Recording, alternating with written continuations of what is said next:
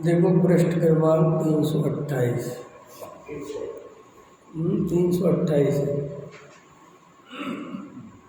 तथा इन लक्षणाभासों में इतना विशेष है कि पहले तो देवादिक का श्रद्धान हो, मिल गया भैया, फिर तत्वों का विचार हो, तेज है ना आवाज, है ना, हाँ। फिर देखो, फिर तत्वों का विचार हो, फिर आपा पर का चिंतन करे, फिर केवल आत्मा का चिंतन करे। इस अनुक्रम से साधन करे तो परंपरा सच्चे मोक्ष मार्ग को पाकर कोई जीव सिद्ध पद को भी प्राप्त कर ले, तथा इस अनुक्रम का उल्लंघन करके जिसके देवादिक की मान्यता का तो कुछ ठिकाना नहीं है और बुद्धि की तीव्रता से तत्व विचार आदि में प्रवृत्तता है, इसलिए अपने को ज्ञानी जानता है अथवा तत्व विचार में भी उपयोग नहीं लगाता, आपा पर का भेद विज्ञानी हुआ रहता है अथवा आपा पर का भी ठीक नहीं करता तथा अपने को आत्मज्ञानी मानता है, सो ये सब चतुराई की बातें हैं, मानादिक कसाय के साधन है, कुछ भी कार्यकारी नहीं है। इसलिए जो जीव अपना भला करना चाहे उसे जब तक सच्चे सम्यक दर्शन की प्राप्ति न हो तब तक इनको भी अनुक्रम से ही अंगीकार करना चाहिए। ये चर्चा अपन ने कर ली थी, बहुत इस पे पिछले जो प्रवचन हो गया है। अब देखो आगे देखो, वही कहते हैं पहले तो आज्ञा आदि से व किसी परीक्षा से उदेवादिक की मान्यता छोड़कर अरहंत देवादिक का श्रद्धान करना, क्योंकि वह श्रद्धान करने पर गृहीत मिथ्यात्व का तो अभाव होता है तथा मोक्ष मार्ग के विघ्न करने वाले उदेवादिक का निमित्त दूर होता है। मोक्ष मार्ग का सहायक अरहंत देवादिक का निमित्त मिलता है, इसलिए पहला ये देवादिक का श्रद्धान करना, फिर जिनमत में कहे जीवादिक तत्वों का विचार करना, नाम लक्षण आदि सीखना, क्योंकि इस अभ्यास से तत्वार श्रद्धान की प्राप्ति होती है। फिर आपा पर का भिन्नपना जैसे भाषित हो वैसे विचार करता रहे, क्योंकि इस अभ्यास से वेद विज्ञान होता है। फिर अपने में अपनत्व मानने के अर्थ स्वरूप का विचार करता रहे, क्योंकि इस अभ्यास से आत्मानुभव की प्राप्ति होती है। इस प्रकार अनुक्रम से इनको अंगीकार करके फिर इन्हीं में कभी देवादिक के विचार में, कभी तत्व विचार में, कभी आपा पर के विचार में, कभी आत्म विचार में उपयोग लगाए। ऐसे अभ्यास से दर्शन मोह मंद होता जाए तब कदाचित सच्चे सम्यक दर्शन की प्राप्ति होती है, परंतु ऐसा नियम तो है नहीं। किसी जीव के कोई प्रबल विपरीत कारण बीच में हो जाए तो सम्यक दर्शन की प्राप्ति नहीं भी होती, परंतु मुख्य रूप से बहुत जीवों को तो इस अनुक्रम से कार्य सिद्धि होती है।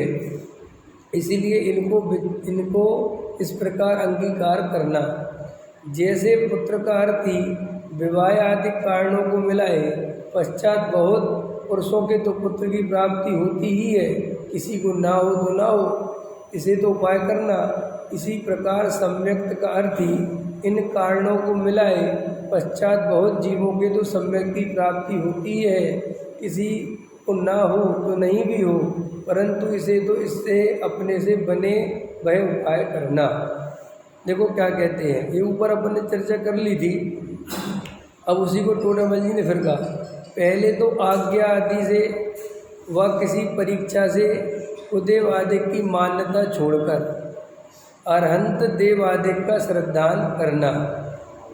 ठीक है, अभी आज्ञा आदि से क्या है कि भाई सच्चे देव शास्त्र गुरु जो अपने को मिले हैं और उनकी जो आज्ञा है, तो पहले तो ये मानना आज्ञा रूप, ये जो जिनेंद्र देव हैं वीतरागी हैं, ये मार्ग सच्चा है, पहले आज्ञा।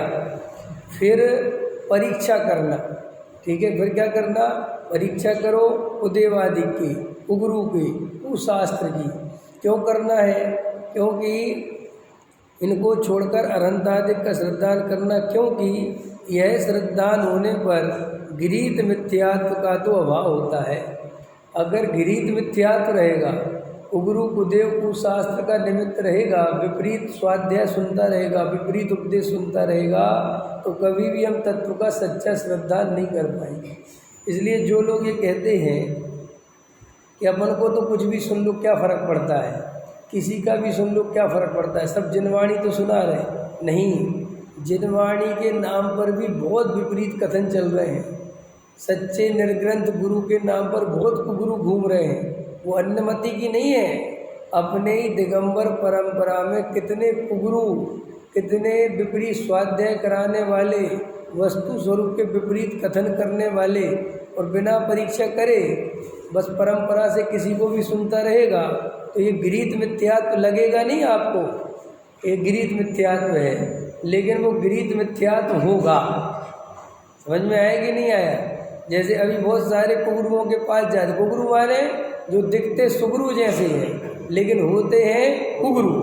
अब उनके पास जाता है तो वो ये नहीं मानता कि मैं गृहीत मिथ्यात्व का सेवन कर रहा हूँ, वो तो क्या मानता है कि मैं तो निर्ग्रंथ मुनिराज का प्रवचन सुन रहा हूँ। और जबकि वो प्रवचन में क्या बता रहे हैं, तो वो प्रवचन में बता रहे हैं कि धन कैसे आए, तुम्हारे बिगड़े काम कैसे बने, तुम नारियल टांग लो, लाड़ कपड़ा कर लो, है ना, तुम ये करो, शुभ भाव धर्म है। तो अब ऐसा सुनेगा तो ये विपरीत कथन है, इससे उसके मिथ्यात्व मजबूत होता है, और जिसके ऐसे मिथ्यात्व मजबूत होगा उसको सम्यक दर्शन की प्राप्ति नहीं होगी। इसलिए कुगुरु कुदेव कुशास्त्र से बिल्कुल दूर रहना चाहिए।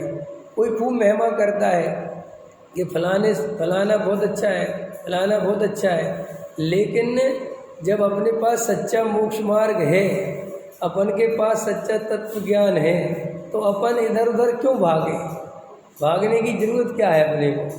नहीं समझे? बहुत सारे जीव इधर से उधर घूमते रहते, कभी इस पंडित के पास, कभी उन महाराज के पास, कभी कोई ग्रंथ, कभी कोई ग्रंथ। ज़्यादा बुद्धि को नहीं भरमाना चाहिए। जब सही मोक्ष मार्ग मिल गया, सही रास्ता में, समय कम है भाई, सम्मेद शिखर का पहाड़ सीधा रास्ता बना हुआ है, तो अपनी डेढ़ बुद्धि लगा के इधर इस शॉर्टकट से जाना, इधर जाना, और फिर क्या होता है, ऊबड़ खाबड़ रास्ता होता है, कभी पेट टूट जाता है, कभी मोच आ जाती है, और कभी भटक जाते। जब रास्ता सीधा बना तो अपनी बुद्धि क्यों लगाना? ऐसे ही जब अपन को भाग्य से अपन ने परीक्षा करके देख ली, सच्चे देव शास्त्र गुरु अपने को मिल गए, तो अपन जी अपना दिमाग क्यों लगाते हैं फालतू कि फलानी चेकिंग चलती रहती, उनके पास चलो, उनके नए नए पंडित को बुलाओ, नए कई लोग अभी नया का टेस्ट इतना लग गया है, जैसे नए भोजन चाहिए ना, ऐसे लोगों को नए प्रवचन चाहिए। वो पंडित जी नया है, एकदम लेटेस्ट। अरे भैया, मोक्ष मार्ग लेटेस्ट नहीं होता है। मोक्ष मार्ग तो अनादि अनंत काल से एक जैसा होता है, और उसी पर चलना होता है।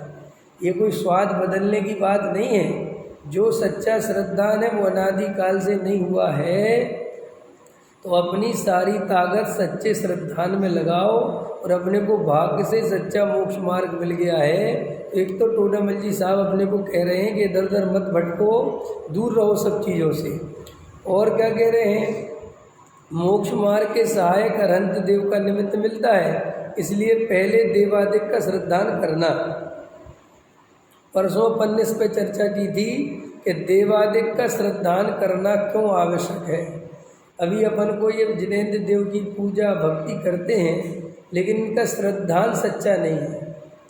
इनकी श्रद्धान सच्चा हो तो अपने को 1 मिनट में सम्यक दर्शन हो जाए।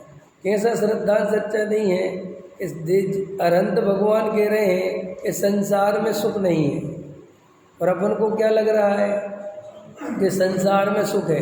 तो अपने दोनों में से सही कौन है?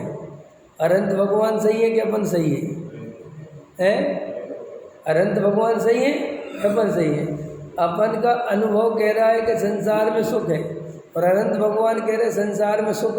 इनका श्रद्धान क्यों जरूरी है कि मेरा अनुभव भले ही कह रहा है संसार में सुख है, लेकिन मेरा अनुभव झूठा है, क्योंकि अरहंत भगवान कभी झूठ नहीं बोलते। ये पक्का भरोसा होना चाहिए। और उनने अपने तीर्थंकर जैसे वैभव को क्या क्या उनके पास नहीं था, सब उनने छोड़ के जो मुक्ति का मार्ग चुना। अगर संसार में सुख होता तो वे क्यों जाते संसार छोड़ के। अब अपन को पहले तो उनकी पूजा तो करते हैं, लेकिन उनका अस्तित्व ही नहीं मानते। कल अपन ने चर्चा ली थी ना, आदिनाथ से लेके महावीर हुए हैं, ये आपको पक्का भरोसा है? पक्का भरोसा है। और उनने सब कुछ छोड़ के वो निकले हैं, उनको सुख नहीं लगा, ये भरोसा है। तो आपको लगेगा हमें भरोसा है, लेकिन ये भरोसा बहुत गहराई में जाके देखोगे तो परंपरा से सुन सुन के है। क्योंकि वो बचपन से इतना सुना कि ऐसा लगता ही नहीं कि हमें भरोसा नहीं है। लेकिन उन पर सच्चा भरोसा आ जावे तो ये संसार का सुख तो टूट जावे।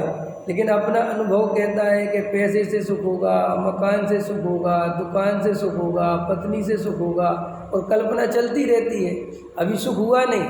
देखो, कई लोग कहते हैं कि पाप से अच्छा पुण्य है, पुण्य के उदय से अनुकूलता मिलती है, पाप के उदय से प्रतिकूलता मिलती है।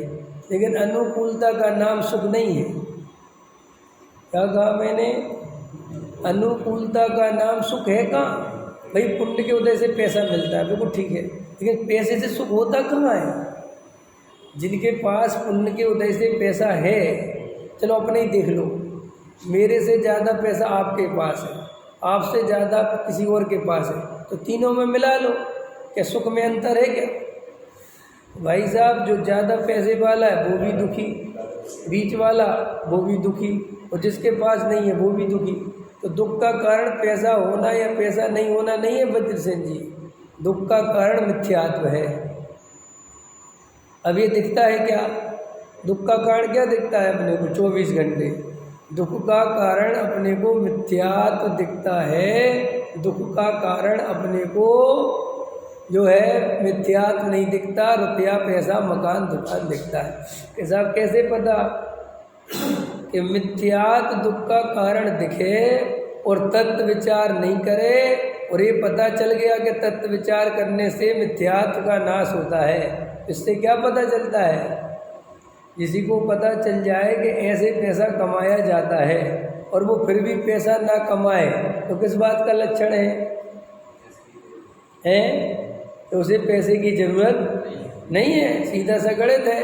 भोजन सामने हो और भोजन नहीं करे तो किस बात का लक्षण है? इसके भूख नहीं है। ऐसे ही हम तत्व विचार में उपयोग नहीं लगाते, और हमें पता है कि मिथ्यात्व का नाश तत्व विचार करने से होता है, तो ये किस बात का लक्षण है? कि हमें मिथ्यात्व का दुख, अपने घर में दवाई रखी हो और बीमारी हो, और पता हो कि ये बीमारी में दवाई काम करती है, फिर भी वो दवाई नहीं खावे, तो किस बात का लक्षण है? इसको ये दवाई बीमारी नहीं लग रही है, नहीं दवाई खाता। अपन बोलते तो हैं कि मिथ्यात्व बैरी का अंश भी बुरा है, लेकिन मिथ्यात्व का कोई दुख, देखो अपन को हिंसा, झूठ, चोरी, कुसील, परिग्रह का दुख लगता है कि नहीं? कोई जीव मर जाए, हिंसा हो जाए, झूठ बोलो, चोरी करो, कुसील करो, परिग्रह का सेवन, तो हमको लगता पाप हो रहा है। लेकिन मिथ्यात्व पाप नहीं लगता। तो जो हिंसा, झूठ, चोरी, कुसील, परिग्रह पाप क्यों लगता है? क्योंकि इसका फल बुरा है। बहुआरम परिग्रह का फल क्या है? नरक है। और मिथ्यात्व का फल क्या है? मिथ्यात्व का फल निगोद है। लेकिन वो मिथ्यात्व अपने बचपन से अपने दिमाग में हाईलाइट नहीं है। अपने दिमाग में मिथ्यात्व कोई है, और इसका क्योंकि वो दिखाई देता नहीं।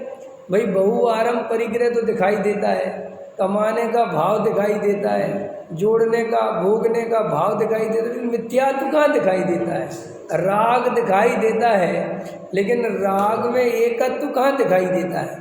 इसलिए जब वो दिखाई नहीं देता, ये मिथ्यात्व अनादि काल से बचा भी क्यों है हमारे साथ? क्योंकि हम अनंत बार मुनि बन गए, बने ना मुनि बन, तो मिथ्यात्व क्यों नष्ट नहीं कर पाए? क्योंकि मिथ्यात्व डायरेक्ट दिखाई नहीं देता, वो पीछे छुपा रहता है, और वो दिखाई देती है परिणति। परिणति माने भाव, शुभ भाव और अशुभ भाव, ये हमें दिखाई देते हैं, और मिथ्यात्व उनके पीछे छुपा रहता है। और फिर अपने को क्या पढ़ने मिल जाती है, यह शुभ भाव बुरा है और शुभ भाव अच्छा है। और कई लोग तो ये भी बता देते कि शुभ भाव धर्म है। सीधी बात है। कल एक प्रश्न आ रहा था, एक महाराज पूछ रहे थे कि साहब आपने जैसे इंद्रियों को बस में करा, हम कैसे करें? हल में है कि नहीं आया? वो जवाब दे रहे थे कि इंद्रियों को डाइवर्ट कर दो। समझ में आया कि नहीं आया? डाइवर्ट कर दो माने तुम जो है संसार संयोगों से वहाँ से हटा के यहाँ लगा दो, पूजा पाठ में, मंदिर में, भक्तांबर जी में, महाराजों की सेवा में, तो तुम्हें टाइम ही नहीं मिलेगा इंद्रिय विषय भोगने के लिए। तो बस ऐसे बस में हो जाती हैं। तो ऐसे बस में तो हो जाएंगे, हकीकत बात है, कोई दिक्कत नहीं है। मैं खुद ही कह रहा हूँ ये उपाय ठीक है, लेकिन ये उपाय एक पर्याय के लिए है, सदा काल के लिए नहीं है। इस पर्याय में कैसे भी करके तुम इंद्रिय बस कर भी लो, लेकिन इंद्रिय बस करने से वो मिथ्यात्व नहीं मिटता, और मिथ्यात्व नहीं मिटता तो वो इंद्रिय का बस आज नहीं कल फिर अवश हो जाता है। नहीं समझ में आए? जैसे यहाँ अभी मान के चलो कोई साधु वगैरह है और मिथ्या दृष्टि है, तो भाई अपने को दिन भर बिजी रखते हैं। कैसे बिजी रखते हैं? सुबह से अपनी क्रियाएं हैं, फिर जनता है, फिर भैया वृत्ति है, फिर लोग हैं, फिर घेरे रखते हैं, तो वो पता तो नहीं चलता कि क्या। जैसे अभी मैं 10 लक्षण में वहाँ था ना बॉम्बे में, तो इतना बिजी था क्योंकि इतना आदमी आता था, तो मुझे पता ही नहीं चलता था कि मेरे अंदर क्या चल रहा क्या नहीं चल रहा। क्यों लोग अभी मिल रहे हैं, ये हो रहा है, ना व्यापार की याद आ रही, ना पत्नी, ना बच्चे, ना कुछ याद ही नहीं आ रही। समझ में आए? डाइवर्ट हो गई ना इंद्रियाँ। लेकिन वो डाइवर्ट होने से कितने दिन काम चलेगा भाई? वो तो वापस लौट के आए तो फिर जोगे तो वो श्री गुरु कहते हैं कि मिथ्यात्व के नाश करने का उपाय ये जो तू सोचता है कि इंद्रियों को डाइवर्ट कर लो, उपवास कर लो, तो दिन भर भोजन की याद नहीं आएगी, तो मंदिर में बैठे रहेंगे, तो ठीक है उपवास हो जाएगा, मान लिया, लेकिन आत्मा के समीप वास हुए बिना मिथ्यात्व का नाश नहीं होगा। अब सौदा तो है, अब भाई क्षण भर का सौदा करना है कि अनंत काल सुखी होना है, वो बताओ। बड़े पंडित जी बहुत अच्छा बोलते थे कि भाई यहाँ तो मिथ्या दृष्टि है और कसाई की मंदता के उदय से तेरे विरसशील संयम पल भी गए, निर्दोष पल गए, कोई दोष नहीं लगा है, क्रिया संबंधी, भाव संबंधी, और मर के स्वर्ग में चला गया। तो वो लिखते थे, कहते थे कि जैसा था वैसा हो गया, कुछ काल के लिए विषय भोग रोक रखे थे और वापस यहाँ से मर के स्वर्ग में गया तो वहाँ विषय भोगों में लग, क्योंकि वो वासना दबाना अलग बात है और वासना का मिटना अलग बात है, कसाय दब जाना अलग बात है। अब जैसे अब आप लोगों की उम्र हो गई, बूढ़े हो गए कोई आप में से, तो 60-70 साल के हो गए तो वासनाएं तो खत्म हो जाएंगी भाई। अब तो शरीर शिथिल हो गया, अब तो खाना भी बिल्कुल हल्का खा पाते हो, घूम नहीं सकते, चले तो कहोगे साहब हमें तो अब कुछ नहीं चाहिए। तो भाई वो तो इसलिए नहीं चाहिए कि अब शरीर बिल्कुल छोड़ दिया साथ, अब अभी ये पर्याय बदलेगी और वहाँ पर जैसे इंद्रियां मिलेंगी तो वापस करेगा। तो एक तो ये उपाय सर्वथा झूठा है कि इंद्रियों को डाइवर्ट करने की बात नहीं है। अपने आत्मा के अंदर ऐसा आनंद है, ऐसा अतीन्द्रिय सुख है, ऐसा अंतरंग में महासुख है कि अगर उसकी प्राप्ति हो जाए तो इंद्रियों को डाइवर्ट नहीं करना पड़ता है, हमेशा के लिए इंद्रिय सुख की वांछा निकल जाती है। आया समझ में? तो उपाय तो ये है, लेकिन सारे जगत को उपाय वो दिखता है, कौन सा? कि ना रहेगा बांस ना बजेगी बांसुरी। कि कौन सा? कि हम शादी नहीं करेंगे, हम आश्रम में रहेंगे, हम त्यागी वृत्ति बन जाएंगे, हम समाज के बीच में रहेंगे ही नहीं, पत्नी बच्चों का चक्कर रखेंगे नहीं, तो राग द्वेष नहीं होगा। ये उपाय जैन दर्शन का नहीं है। अन्य दर्शनों में हो तो हो, जैन दर्शन ये कभी नहीं मानता कि बाहर के त्याग व्रत से असली संयम आ सकता है। वो तो ये मानता है कि अंदर आत्म स्वरूप में रमणता हो, आत्म स्थिरता हो, तो बाहर का राग टूट जाता है, बाहर की कसाई छूट जाती है, जिसका नाम लोग संयम बोलते हैं। वो बाहर में कुछ नहीं करता ज्ञानी, लेकिन अंदर में इतना आनंद आता है। भाई सीधा समझो मेरी बात, हमने गांव क्यों छोड़ दिया? हम अपने गांव नहीं जाते ना, अब आप भिंड नहीं जाते, आप लोग कहाँ से आए? अशोक नगर से। तो मान लो अशोक नगर में रहते और कोई आसपास गांव छोड़ के आ गए हो अशोक नगर में, ठीक है, तो तो भैया अशोकनगर से अपने गांव क्यों नहीं जाते? अपने गांव जाओ ना। ऐसा आप गांव आपका बहुत अच्छा कि बात इसकी कि आपने गांव छोड़ने के लिए क्या किया? कि कुछ नहीं किया भाई। अशोकनगर में आए, यहाँ पे काम धंधा जम गया, उससे बढ़िया गांव में रखा क्या था, इसलिए हमारा गांव छूट गया। तो अब लोग क्या कहते हैं, उनने गांव छोड़ दिया। अरे गांव कहाँ छोड़ा, उनने तो जहाँ आनंद आया वो पकड़ा, तो एक गाँव छूट गया। अब मान के चलो इसी दिल्ली में अभी ढंग की व्यवस्था नहीं बनती और अभी सब गड़बड़ हो रहा होता, तो वापस गांव चले गए होते, भिंड चले गए, उसमें क्या है। तो ऐसे ही ये पंचेंद्री के विषय भोग छोड़ने की बात नहीं है। आचार्य तो ये कहते हैं कि ये आत्म तत्व में लगता है, अतीन्द्रिय आनंद आता है, तो वे पंचेंद्री के विषय भोग छूट जाते हैं। छोड़े ऐसा कहने में आता है, वास्तव में तो आत्मा के आनंद के आधार पर वे छूटते हैं। और देखो कोई कहे कि ऐसा कैसे माने, देखो हम बताते हैं। चौथे गुण स्थान में नहीं छोड़ता। चौथे गुण स्थान में पंचेंद्रिय के विषय भोग कहाँ छोड़ता है? क्यों? क्योंकि आत्म श्रद्धान तो हुआ, आत्म रमणता नहीं हुई।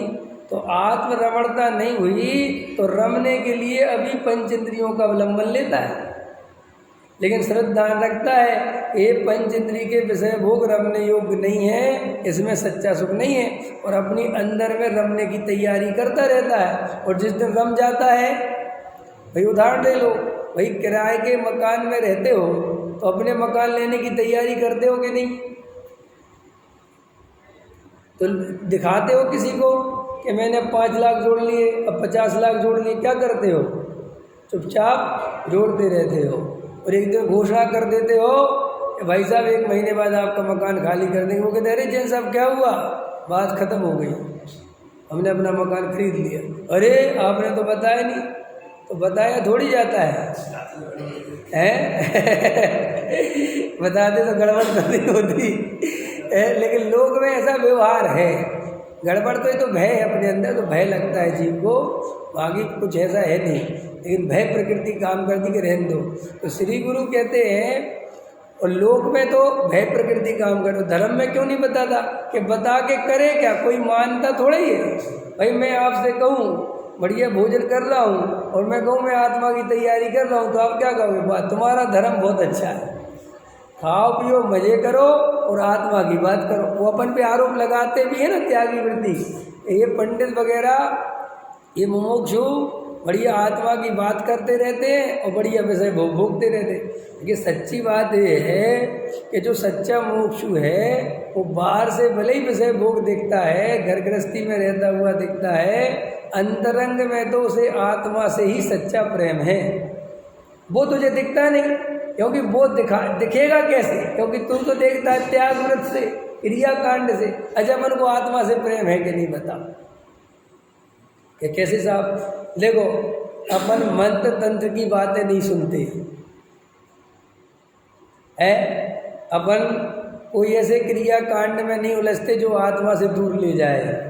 अपन रोज सुबह शाम शांति से बैठ के स्वाध्याय सुनते हैं, आत्मा की चर्चा सुनते हैं, तो अपन आत्मा के प्रेमी है कि नहीं? है कि नहीं? आत्मा का प्रेम सुनते कि नहीं?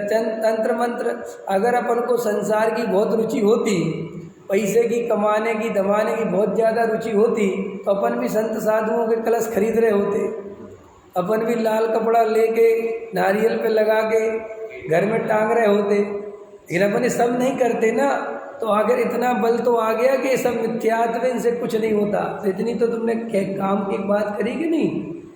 इतनी ताकत आ गई कि नहीं आ गई है? और अब ऐसे ही आत्मा का बल बढ़ता जाएगा तो बाहर में भी जीवन परिवर्तित होगा। लेकिन बाहर के जीवन को परिवर्तित करने का उपाय ये है, चाहे वो आज हो, चाहे कल हो, चाहे 10 साल बाद हो, चाहे इस भाव में हो, चाहे अगले भाव में, उपाय है त्याग व्रत, जबरदस्ती उपाय नहीं। आया समझ में? कछुए की चाल चलो, कोई बात नहीं, लेकिन चाल यही चलना है। कौन सी? आत्मा में उपयोग लगाना है। हिसाब नहीं लगता तो कुछ बाहर में करे, कुछ मत करो, जितना लगता है इसी में लगा। भाई मैथ्स का पेपर है, उपयोग नहीं लगता तो 10 मिनट का रेस्ट ले लो, लेकिन पढ़ना मैथ्स, हिंदी विंदी मत पढ़ने लगना। क्यों? क्योंकि ये बहुत कठिन सब्जेक्ट है और तुम इधर उधर उलझ गए, एनर्जी वहाँ खर्च हो जाएगी। देखा, रेस्ट तो ले सकते हो लेकिन कुछ और नहीं पढ़ सकते, कुछ और पढ़ने में क्योंकि थकान भरती है ना। आप समझ रहे हो ना मैं क्या कह रहा हूँ? थोड़ा बात समझ में आ रही कि नहीं आ रही? ऐसे ही अध्यात्म शास्त्रों को मन लगाकर पढ़ना। अब थोड़ा खतरनाक लाइन जा रही है कि भाई करणान योग पढ़ेंगे नहीं पढ़ेंगे, पहले ये काम करो, सम्यक दर्शन हो जाए, आत्मानुभूति हो जाए, तब वो पढ़ना। कि साहब मन लगाने के लिए थोड़ा पढ़ लेते, यहाँ मन लग जाएगा वहीं, क्योंकि तुम्हारे पास इतनी शक्ति है नहीं, फिर तुम भी आगे प्रति 6 समझने में लगे रहोगे। ऐसा बोल दो तो लोगों को बुरा लगता है, लेकिन बात इतनी, जब पूंजी हमारे पास 10 रुपये की है तो हम मूल पेट भरने का सामान खरीदें कि श्रृंगार का सामान खरीदें? क्या खरीदोगे बोलो? आपकी जेब में 100 रुपये हैं और भूख लगी बहुत ज़ोरों से, तो पहले भोजन की व्यवस्था करोगे कि कपड़े खरीद के लाओगे? कि भाई कपड़े जो है इसी से काम चला लो, लेकिन भोजन चाहिए, भोजन बिना नहीं चलेगा। ऐसे ही मुझे मिथ्यात्व का नाश करना है। मुझे अभी नहीं समझना 3 लोग में कहाँ क्या बैठा है, क्योंकि मूल तत्व ज्ञान यहाँ पे लगाऊंगा। अगर मैंने अपनी ताकत तो वही है। और देख लेना, जो लोग अध्यात्म शास्त्रों को पढ़कर सच्चे वेद ज्ञान में न लगकर गहरा तत्व अभ्यास नहीं करते और शास्त्रों में पढ़ने में लग जाते हैं, वो क्या होते हैं? उनको कहीं ना कहीं सेल्फ सेटिस्फैक्शन होने लगता है कि क्यों कि हम पढ़ तो रहे हैं। अब जैसे वो बच्चा है, उसकी माँ कहती है कि मैथ्स पढ़ ली, वो कहता है हिंदी पढ़ तो रहा हूँ, मैं इंग्लिश पढ़ तो रहा हूँ, मैं सोशल साइंस पढ़ तो रहा। अरे भैया ये तो छोड़ो, ये बताओ मैथ्स का पेपर है ना, तो उसकी जगह के भैया तुम आधा घंटा सो लो, रेस्ट कर लो, ताकि एनर्जी और इकट्ठी हो जाए। ऐसे ही तत्व विचार में मन लगाओ, खूब ताकत लगाओ।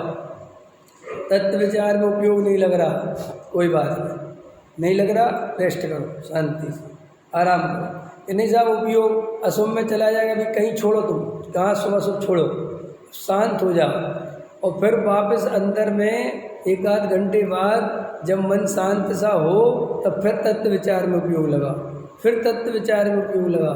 लेकिन इधर उधर उलझो मत। देखो लिखा ना टोनामल जी ने, बार बार यही अभ्यास करना। देखो इसमें लिखा है, पढ़ के सुनो। देखो क्या लिखा, श्रद्धान समझ में आ गया? श्रद्धान क्यों जरूरी है? और ये भी समझ में आ गया, कुगुरु कुदेव कुशास से दूर रहना। लोगों को क्या लगता है, कुगुरु कुदेव कुशास को मानने से नरक चले जाएंगे। कुगुरु कुदेव कुशास को पूजने से नरक नहीं जाता कोई, खतरनाक बोल रहा हूँ मैं। तो फिर लिखा क्या, अरे भाई वो जो उपदेश देता है उससे ये मिथ्यात्व का सेवन करता है, उससे नरक में पहुँच जाता है। समझ में मैं क्या कह रहा हूँ? मैं कोई अभी मस्जिद में चला जाऊं तो मैं नरक चला जाऊंगा? ये वो तो दीन चूना पत्थर की बनी हुई है, वो क्या उसमें दम है? वहाँ जाकर उसने जो उपदेश दिया और वैसा श्रद्धान कर लिया, उससे मिथ्यात्व का बंध होने से जीव कुगति में जाता है। आया समझ में? तो वही कई लोग कहते हैं कि आप चले जाओ तो कुछ नहीं, हम चले जाए तो बहुत आफत है। कि भैया हमने जड़ी बूटी खा रखी है, हमें नहीं जानते अभी। हमने कुंद देव ने लिखा है ना, वेद विष भक्षण करे, समझ में आया? तो भी मरे नहीं। और कोई वेद की नकल करे कि जब वेद विष भक्षण करता है और मरता नहीं तो मैं कर लूँगा, तो कौन सी आफत आ जाएगी? कर ले, और कर लिया तो क्या हुआ? ये मर गया, प्राण संकट में आ गए। अरे महाराज मर गया, क्या हुआ? कि भैया मैंने विष खा लिया। कि किसने कहा था? कि भैया आपने कहा था, आप खा रहे थे। तो हमने सोचा कि कुछ नहीं, अरे बोले मूर्ख हमसे पूछते तो, हम पहले उसकी जड़ी बूटी खा चुके थे। ऐसे ही हमें कोई महाराज वगैरह बुलाए तो हमें कोई आफत नहीं आएगी, हम चले जाएंगे, उनकी बैठाएंगे, सुनाएंगे हल में, क्योंकि हमें तो पता है। लेकिन तू कच्चा है, तुझे जरा सी कोई लालच देंगे और तू फंस जाएगा। वहाँ 4 आदमी तुझसे कहेंगे कि जब से हमने महाराज जी के पास आए हमारी तो दुकान दुगनी चलने लगी, हमारे तो सब काम बन गए। तो तू एकदम लालच में फंस सकता है, क्योंकि कमज़ोर है ना तेरा श्रद्धान। इसलिए कुगुरु कुदेव कुशास से दूर। और भय तो बहुत खतरनाक होता ही है। नहीं समझ?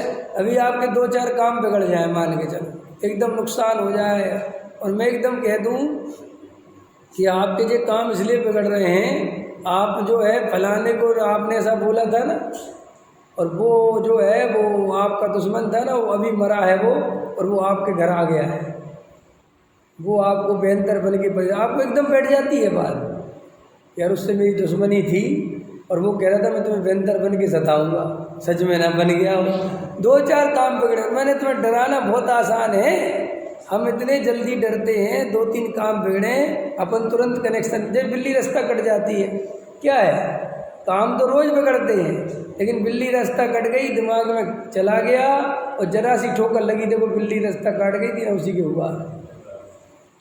तू अभी कमजोर है, तेरे दम नहीं है, इसलिए तुझे कुगुरु कुदेव सुकुसास से दूर रहने को कहते हैं। और देखो, इसलिए पहले देवादिक, फिर जिनमत में कहे, अब आगे चलते हैं। पहले तो देव शास्त्र गुरु की मजबूती करो, इसमें ढिलाई नहीं होनी चाहिए। कुगुरु कुदेव कुशास्त्र का सेवन बिल्कुल नहीं करना, मिथ्या उपदेश नहीं सुनना। कई लोग कहते सुनने के लिए सुन लो, क्या जा रहा है, क्यों सुनना भाई, जब हमें प्रयोजन नहीं है, हमारे पास सच्चा। कई लोग कहते अन्नमतियों को सुन लो, वो बहुत अच्छा बोलता है, अरे बोलता होगा, हमें नहीं कह रहे बढ़िया, लेकिन हमें ज़रूरत क्या भाई, हमें एक बात बताओ, हमारे पास खुद इतना बढ़िया माल है प्योर बीतरागता का, और अगर वो कुछ थोड़ा बहुत बीतरागता की 2-4 बातें बोलता भी हो है, तो उसमें हम टाइम क्यों लगाएं। अब देखो क्या कहते हैं, फिर जिनमत में कहे जीवादिक तत्वों का विचार करना, नाम लक्षण आदि सीखना। क्या सीखना? क्योंकि इस अभ्यास से तत्वार श्रद्धान की प्राप्ति होती है। ये तत्वों का विचार करना ही करना। फिर आपा पर का भिन्नपना जैसे भाषित हो वैसे विचार करता रहे, क्योंकि इस अभ्यास से वेद ज्ञान होता है। ठीक है, तो देखो जीवादिक तत्वों का विचार करना, जीव अजीव आश्रव बंध संभर निर्जरा मुख, इनका विचार करो, इनका लक्षण नाम सीखो समझो। फिर अभ्यास से तत्वार श्रद्धान की प्राप्ति होती है। देखो इसी अभ्यास से, और कोई अभ्यास नहीं। फिर आपा पर का भिन्नपना जैसे, अब जैसे भाषित हो माने, इसका अर्थ क्या है? जैसे भाषित हो, जैसे भाषित हो माने जिसमें तुम्हारे तर्क युक्ति जो लगा सको, और भेद ज्ञान करना है। मैं ज्ञान स्वभावी जीव तत्व हूँ और ये शरीर आदि पुद्गल द्रव्य है। अब चाहे तुम दुकान पे बैठ के करो, चाहे शमशान में बैठ के करो, चाहे सम्मिश्र करके पहाड़ पर चढ़ के करो, चाहे घर में बैठ के करो, करना ये है जैसे बने स्वयं पर का भेद ज्ञान करना। क्या करना? बस मैं कौन हूँ? मैं ज्ञान स्वभावी जीव तत्व हूँ। जानना देखना मेरा स्वभाव है, और ये शरीर आदि पुद्गल भिन्न द्रव्य है। ये स्पर्श रस गंध वर्ण वाले हैं। अब कई रूप में देखना, क्या मैं शरीर का करता हूँ, क्या शरीर की क्रिया मैंने करी, हमारे घर में पैसा आवे या कोई बाहर में लौकिक कार्य होवे, तो विचार करना क्या मेरे करने से हुए, क्या अपने आप हुए। दूसरी बात ये जरूर विचार करना कि हुए तो क्या मैं सुखी हुआ, अपने सारे काम बन गए ना वज्रसेन जी, क्या क्या सोचा था सब बन गए, अब सुखी हुए क्या? बैठो शांति। सुखी तो नहीं हुए, जीव तो वैसे ही परेशान है, बेई कसाय, बेई राग, बेई दुख, बेई परेशानी, कहीं नहीं मिटती। कहाँ मिटती है? मुकेश अंबानी के मिट गई, बोलो उसके दुख मिट गया?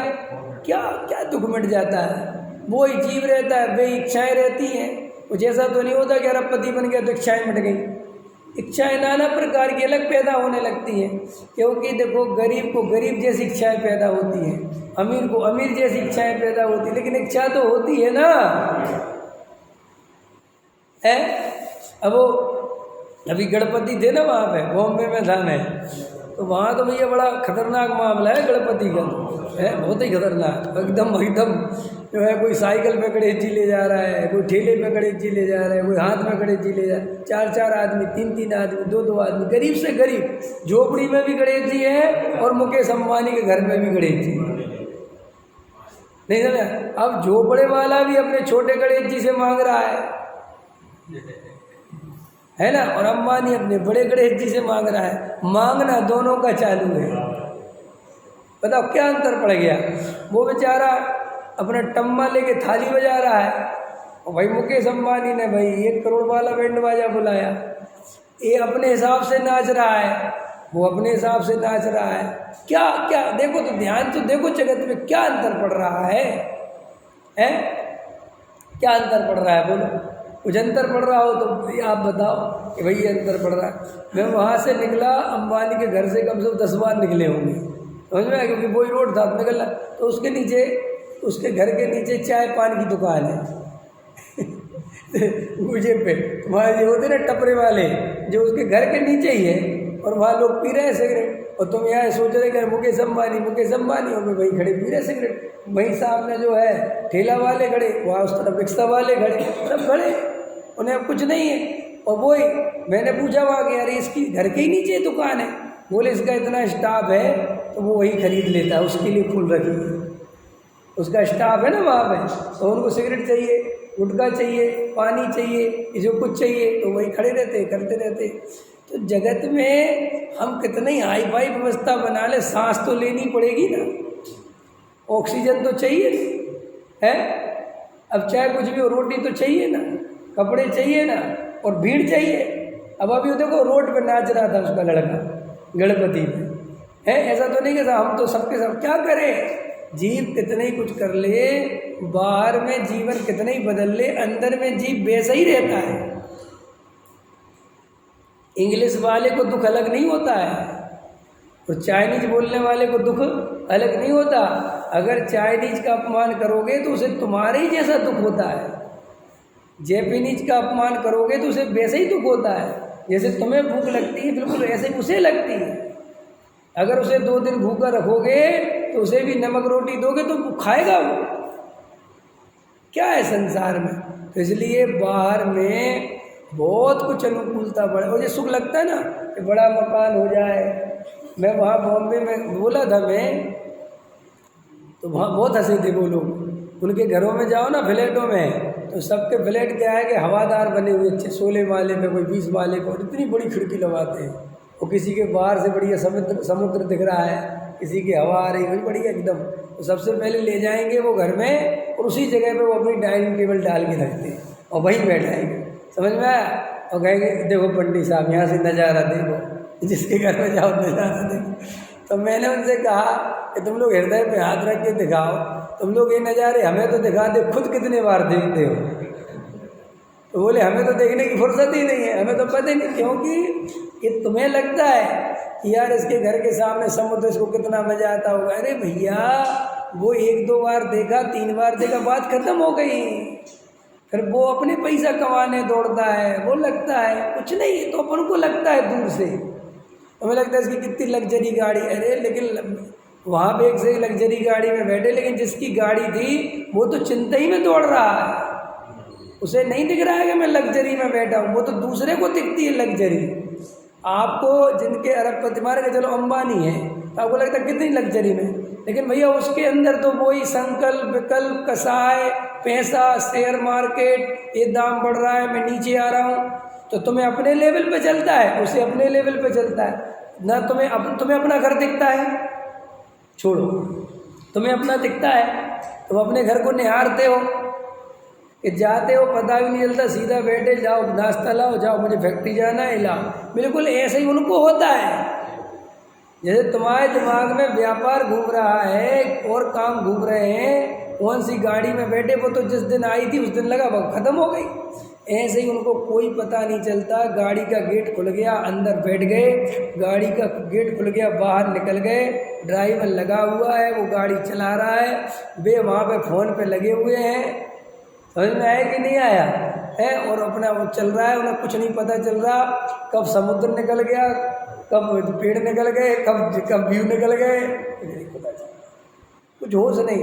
तो ये अपन को समझना चाहिए कि संयोग में कोई सुख नहीं है। संयोग का सुख इतना क्षणिक है, इतना क्षणिक है, और वो जितनी मेहनत से आता है ना, उतनी मेहनत से वो सुख कोई काम का नहीं है।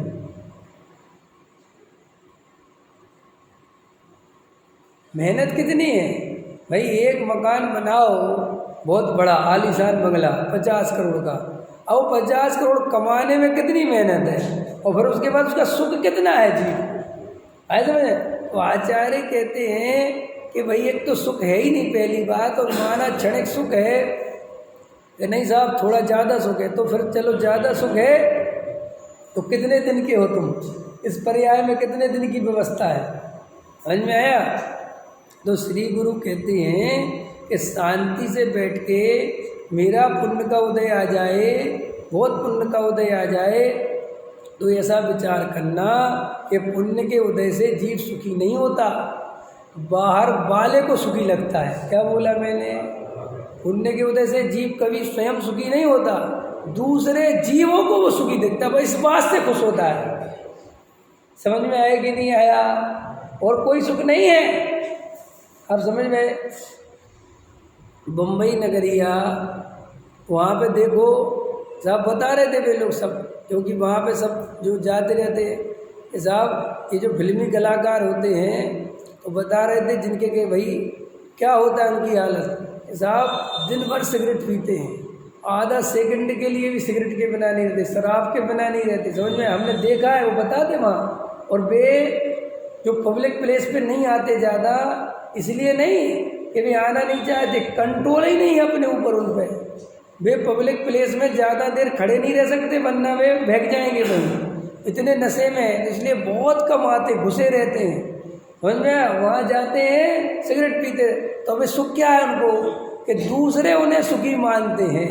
जब वो निकलते हैं तो फिल्मी सितारे, सितारे क्या स्टार बस, और जब वो स्टारपना छूट जाता है तो अनंत दुख चालू होता है। हम सब भी देखें हमारा क्या सुख है, आपने बड़ा मकान बना लिया, बड़े अच्छे कपड़े पहन लिए, अच्छा बताओ अरविंद जी, एक कपड़े पहनने का आपको सुख है? कि हम आपके कपड़े देख रहे इस बात का सुख है, क्योंकि ये कपड़े घर में नहीं पहनेंगे अकेले में, वहाँ तो उतारने की पड़ेगी। अगर कपड़े में सुख था तो अकेले में क्यों नहीं पहने? तो कपड़े में सुख नहीं आया, सुख काहे में आया कि 4 लोगों ने कपड़े देखे और मुझे सुखी माना।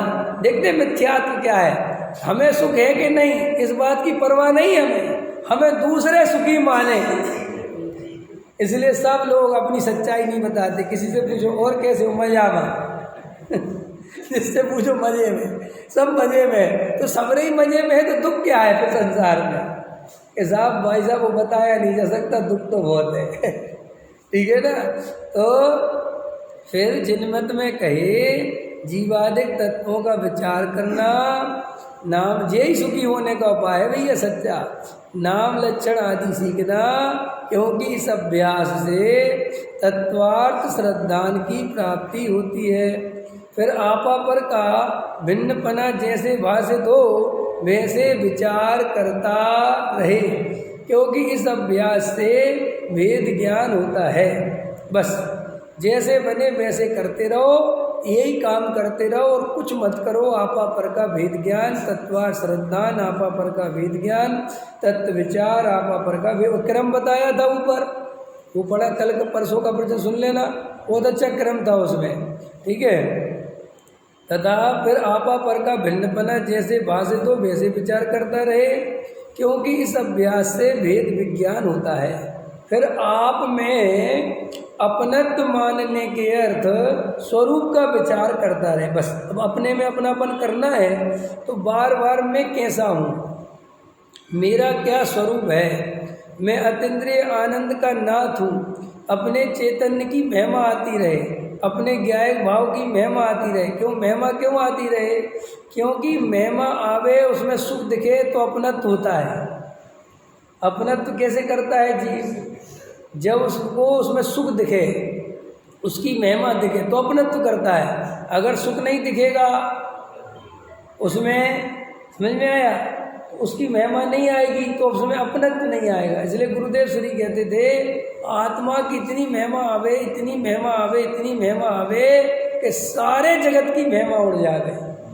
देखो जैसे अन्नमतियों में देखा होगा तुमने कि वो जंगल में जाके एकदम ओम नमः शिवाय, ओम नमः शिवाय, एकदम जमीन के अंदर धसा है साल और ओम नमः शिवाय, और वह भगवान के अलावा कुछ नहीं देख रहा, जबकि उसे भगवान मिले नहीं, अभी उसे भगवान दिखे नहीं, उसने कभी देखा नहीं, लेकिन एक चित्त में भगवान ही सब कुछ है, भगवान ही मेरे सारे सुख दुख बनाएगा। भगवान को कि भगवान देखे है, मुझे इस पक्का विश्वास है कि भगवान है, और वो उस दृढ़ श्रद्धा के साथ उसमें तप वगैरह करता है, बराबर। ऐसे ही आत्मा है और आत्मा का लक्षण भी प्रकट है, वहाँ ईश्वर का तो कोई लक्षण प्रकट कि लोगों को कल्पना चल रही ना भाई, जमीन में ओम नमः शिवाय बोल रहा, क्या पता शिव जी हैं भी कि नहीं, आएंगे कि नहीं आएंगे, कर रहा है वो तो, आगे तो ठीक, लेकिन आत्मा का लक्षण तो प्रकट है। रमेश जी प्रकट है कि नहीं?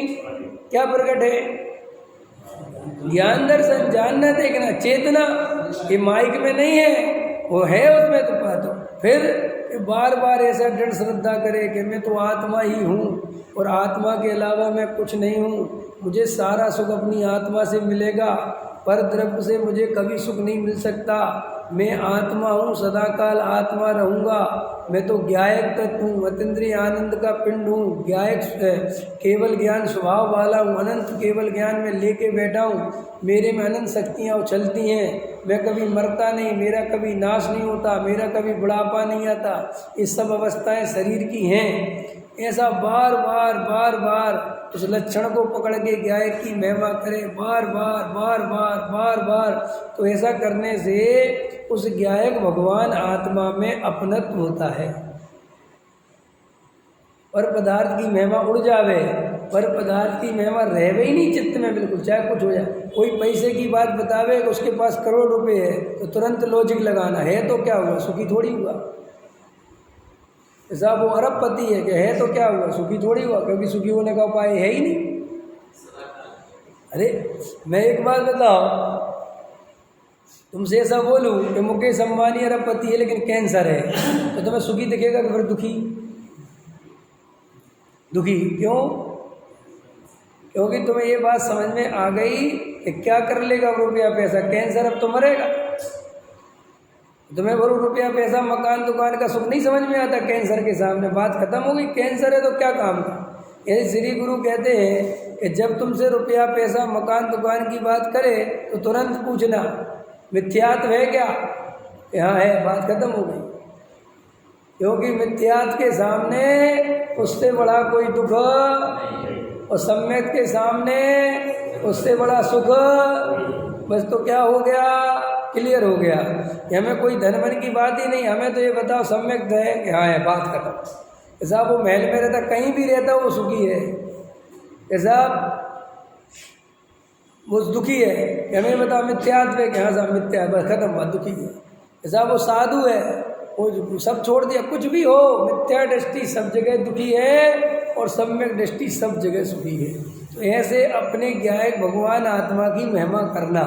कई लोग कहते ना जैसे अपन को पैसे में कैसे सुख बुद्धि होती है, साहब वो अमेरिका में रह रहा है, परदेश में रह रहा है, अच्छा परदेश में भैया दुख तो है ही। भाई साहब आपको पता है 50 करोड़ का पैकेज है उसका, हाँ तो सुख है। तो लोग में है कि नहीं है, लोग में कैसे चलता है कि भाई उसने कहा कि 50 करोड़ का पैकेज, तो अमेरिका के फिर दुख समझ में नहीं आता, कहाँ दुख समझ आए, बात खत्म हो गई है। और जैसे ही अपन कहो कि साहब अमेरिका में रहता है और बेचारा लाख रुपए महीने कमाता है, मर गए।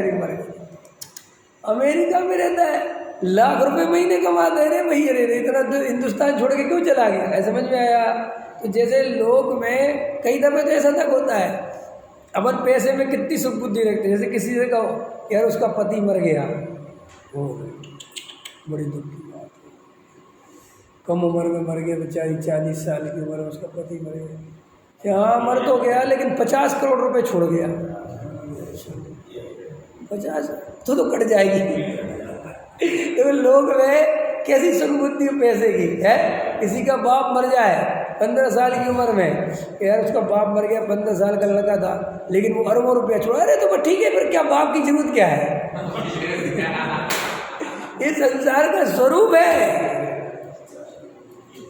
जैसे पैसे रहने पर सारी ज़रूरतें ख़त्म हो जाती हैं, पैसा सब ज़रूरतें पूरी कर देता है, यदि सम्यक दर्शन होने पर सारा दुख खत्म हो जाता है, वो सारी ज़रूरतें पूरी कर देता है।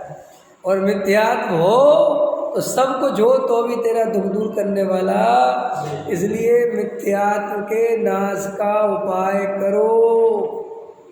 ऐसा पैसा कमाने का उपाय करे कि नहीं करे? पैसा मैं कमा नहीं सकता ये निर्णय करो। ओके साहब कमा लेंगे पुण्य के तो सुखी नहीं कर सकता ये निर्णय करो। देखो पैसे में कमाने में ताकत बहुत ज़्यादा जीव की तब लगती है जब उसे ये निर्णय हो कि सुखी कर देगा। इतनी ताकत क्यों लगाएगा कोई जीव? लोग कहते हैं कि हमारी धन की आसक्ति नहीं टूटती।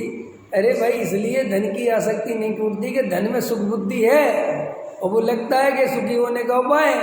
ऐसी आसक्ति आत्मा में तो नहीं आती, क्योंकि आत्मा सुखी होने का उपाय नहीं दिखता, सुनने के लिए सुनता है। तो देखो फिर आप में अपनत्व मानने के अर्थ स्वरूप का विचार करता रहे, क्योंकि इस अभ्यास से आत्मानुभव की प्राप्ति होती। भाई देखो ये अभ्यास, ये आत्मानुभव सब पूछते हैं आत्मानुभव कैसे होता है, पढ़ लेना। जिनको ये प्रश्न हो आत्मानुभव की प्राप्ति कैसे होती है और आगम से जानना हो, अनुभव से जानना हो, तो टोडामल जी साहब का 9वें अधिकार का 328 नंबर का पेज पढ़ ले में 328 और 329, तो इसमें आत्मानुभव की विधि बताई हुई है। किसी से पूछने की जरूरत नहीं है, समझ में आया? पूरा लिखा हुआ है। क्या कह रहे हो? कुछ कह रहे क्या? हाँ वो तो है ही। सारे अपनेपन के बिना अनुभूति कैसे होगी? अपनेपन को फील करे वही तो अनुभूति होती है। देखो अरे लोक में भी यही व्यवस्था है। पहले तो मैं पत्नी एक लड़की देखी, समझ में आया कि अनुभूति कर ले, क्या अनुभूति कर ले। पहले इससे क्या होगा, अपनेपन की अनुभूति कब होगी? जब इससे शादी हो जाएगी, जब इसकी सगाई शादी पूरी हो जाएगी, तब उसका वो श्रद्धान बनेगा कि ये मेरा पति है, ये मेरी पत्नी है, तो फिर वो अपनेपन की अनुभूति होगी। ऐसे आत्मा को मानता पराया है, अपने को मानता शरीर है, और अनुभूति करना चाहता आत्मा की, सो होती शरीर की है। तो फिर कहता है कि मुझे शरीर की अनुभूति होती है, आत्मा की अनुभूति नहीं होती। तो अनुभूति अपनेपन से होती है ना भाई। जब आत्मा में अपनापन नहीं है तो अनुभूति अपनेपन की होगी कैसे? तुम्हें नहीं समझ में आया? भाई अनुभूति के कई तरीके हैं ना भाई। ज्ञान दर्शन में ही आत्मा लक्षण पहचान लिया, देखना ध्यान से। और एक ज्ञान दर्शन में ही आत्मा जानने देखने वाला आत्मा है, तो जान लिया, लक्षण भी पहचान लिया, और ऐसी अनुभूति भी हो गई कि हाँ ये रहा। लेकिन ये मैं हूँ ऐसी अनुभूति नहीं होती। आया समझ में? हमने ये मकान जान लिया, बराबर जान लिया, ये सब कुछ जान लिया, लेकिन ये मेरा है। आपका पड़ोसी का बढ़िया फ्लैट बन रहा है, आपने जान लिया, देख लिया, अरे बहुत अच्छा बन रहा है, तो ज्ञान हुआ कि नहीं? उस मकान का ज्ञान हुआ कि नहीं? तो ज्ञान हुआ तो अनुभूति कैसी हुई? कैसी अनुभूति? अनुभूति तो हुई, लेकिन कैसी? कि मेरा नहीं है ये अनुभूति। बाकी उसका ज्ञान, खिड़की, मकान तो तुम्हें भी वैसे ही दिखे। ऐसे ही आत्मा, वो जो जिसका बन रहा है, जो उसका स्वामी है, उसको ऐसी अनुभूति नहीं होती, उसको एक अलग अनुभूति होती है। ऐसे ही सम्यक दृष्टि को आत्मा में ज्ञान दर्शन के साथ एक अलग अनुभूति होती है, और मिथ्या दृष्टि को आत्मा की अनुभूति तो होती है लेकिन परायेपन की होती है। तो देह में एकत्र बुद्धि रहती है और आत्मा को जान लेता है। इसीलिए जिन लोगों के मन में ये प्रश्न आता है कि हम आत्मा को जानते हैं, हमें आत्मा जब आप समझाते हैं समझ भी जाते हैं, लक्षण से पहचान कराते हैं तो पहचान भी होती है, लेकिन हमें सम्यक दर्शन क्यों नहीं होता? ये प्रश्न है ना लोगों के मन में। राजेश जी समझ में आता है कि नहीं? देवेंद्र जी आत्मा के बारे में सब समझ में आता है कि नहीं आता है? तो फिर सम्यक दर्शन क्यों नहीं होता? ये आत्मा ही मैं हूँ, ये विश्वास है, श्रद्धा का जन्म नहीं हुआ। इसलिए वो ज्ञान का ज्ञेय तो बनता है आत्मा, लेकिन वो श्रद्धा का श्रद्धान नहीं बनता। समझ में आया? ज्ञान तो अपन किसी भी चीज का कर सकते हैं ना, लेकिन श्रद्धान हर किसी का नहीं कर सकते। श्रद्धान तो जो अपना उसी का होगा। हम आपके 50 मकान जान सकते हैं, लेकिन ज्ञान में समझ लेते हैं, जान लिया, लेकिन अपनापन का श्रद्धान तो अपने ही मकान में होता है। ऐसे ही आत्मा को भी हमने वैसे ही जान लिया है जैसे दूसरे के मकान को जान लेते हैं। आया समझ में कि नहीं? हमें क्या मतलब, जान लिया। किसी ने कोई चीज़ दिखाई कि जैसे काम करती है, हाँ अच्छा, बहुत अच्छा है, अरे ये तो बहुत अच्छा है, ये तो बहुत अच्छा है, लेकिन ये मेरा नहीं है। ऐसे आत्मानंद शक्तियों का, हाँ बहुत अच्छी बात है, आत्मा तो अरे बहुत अच्छी बात, आत्मा तो साहब शुद्ध है, अरे बहुत ही बढ़िया बात है साहब, उसमें ज्ञान दर्शन, हाँ बहुत अच्छा है साहब, आत्मा को देखो ना, हाँ दिख रहा है, बिल्कुल जानने देखने वाला है ना, यही है, हाँ बिल्कुल ठीक है। लेकिन मैं विवेक कुमार हूँ, वो श्रद्धा बनी रहती है और आत्मा को जानता, इसलिए वो मिथ्यात्व, ये उपाय समझना। तो आप में अपनत्व मानने की अर्थ स्वरूप का बारंबार विचार करता रहे, क्योंकि इसी अभ्यास से आत्मानुभव की प्राप्ति होती है बस। और कोई अभ्यास नहीं करना है, कुछ नहीं करना है, बारंबार ही विचार करना। सब त्याग व्रत लेंगे नहीं, ले लो इसी विचार करने के लिए। समझ में आए कि नहीं आए? कि स्वाध्याय करेंगे, इस करो इसी विचार करने के लिए, और कोई कुछ नहीं काम, पूजा पाठ करेंगे नहीं, करो इसी विचार करने के लिए। सारे का प्रयोजन क्या है? एक आत्म तत्व का विचार करना है, उसी का अभ्यास करना है। इस सब क्रियाकांड का, सब शास्त्रों का यही सार है, और कोई दूसरा सार, और वे अपने आप में कोई धर्म नहीं है, धर्म तो आत्मानुभव है। क्लियर हो गया? इस प्रकार अभी का समय हो गया, अब और विशेष चर्चा फिर करेंगे। सहजानंद